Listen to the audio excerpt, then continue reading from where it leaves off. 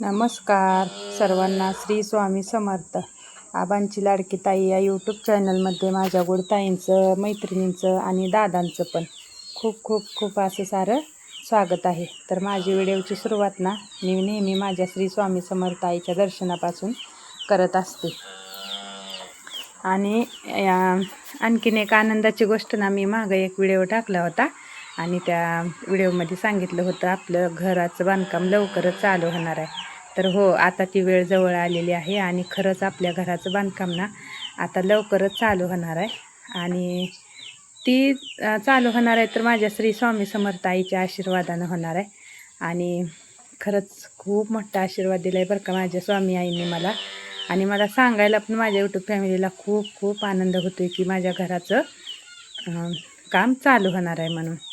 तर अशीच माझ्या श्री स्वामी समर्थ आईने भरभराटी करावी, माझ्या संसारात प्रपंचात यश द्यावं आणि असंच मला पुढे पुढे घेऊन चालावं. तर मैत्रिणींचं आणि दादांचं पण खूप खूप सारं स्वागत आहे. तर ना बघू शकताय सुजले आणि माझी ना दाढ काढली. एवढा त्रास व्हायचा ना मला, भयंकर त्रास व्हायचा. आणि जवळजवळ 4 ते 5 दिवस झाला आज मी भाकरी चपाती खाल्लेली नाही. फक्त भात, शिरा, पोहे असंच खाते. खायलाच येत नाही कसलंच. एवढं दुखतंय काय विचारूच नका. आणि खरंच खूप त्रास होते बरं का. म्हणजे कुठलं बी आपल्या शरीराला दुखणं असू द्या बरं का, पण ती जर दुखत असेल ना तर एवढा त्रास होतो काय विचारूच नका. आणि काल काढली, आज जरा बरं वाटायला लागले. काल तर काय बोलता पण येत नव्हतं आणि काम पण काय करता येत नव्हतं. अक्षरशः ना रात्री संध्याकाळी 8 वाजता गायींच्या धारा काढल्या त्या. आणि असं वाकायला येत नव्हतं. वाकलं की असं हे दुखायचं सगळं. आणि भूल उतरली नव्हती त्यामुळं बोलता पण येत नव्हतं आणि चक्कर पण येत होती, कारण का भूल उतरली नव्हती ना. लवकर काढली असती सकाळी तर मग संध्याकाळपर्यंत भूल उतरली असती. एवढा त्रास झाला खरंच. पण टाके पण पडलेत बरं का, 3 टाकं पडलेत.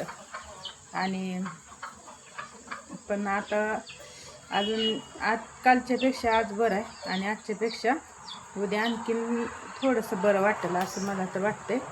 तर आज केलं काम मी, गायींचं आवरले. आता माझ्या धारा झाले, त्या गायींना वैरण पेंट टाकून सगळं गायींचं पण काम झालं. फक्त गायी मोकळ्या सोडल्या नाही त्या.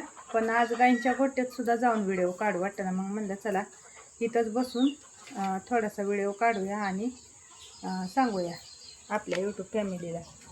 तर ना झाले आता सगळं निवांत धारा पाणी. आणि म्हणलं चला, जास्त बोललं तरी पण दुखतंय, बोलता सुद्धा ये नाही जास्त, एवढं झाले. आणि हो का आपल्या गाई आणखीन सोडल्या नाही, त्या बांधलेल्या साहित्य म्हणजे खायचं चालू आहे त्यांचं. पण माझं काम सगळं झालंय, वैरण टाकून ती सगळं झाले. आणि म्हशीची पण धार झाली, वासराला दूध पाजून झालं, सगळी कामं झाली ती. आणि म्हणलं चला.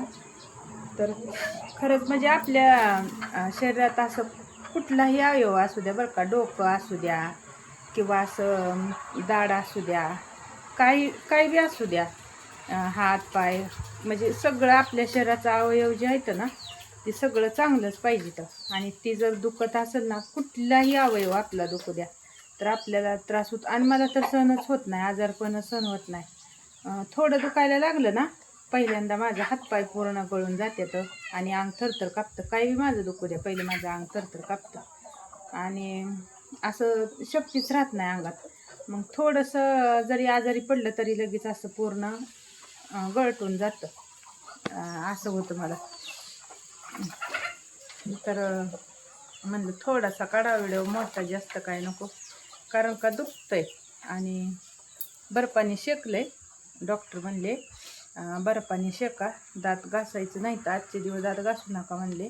आणि गार थंड काही पण खावा, गरम काहीच खाऊ नका. चहा पण नाही घेतला मी, कारण का चहा गरम आहे ना.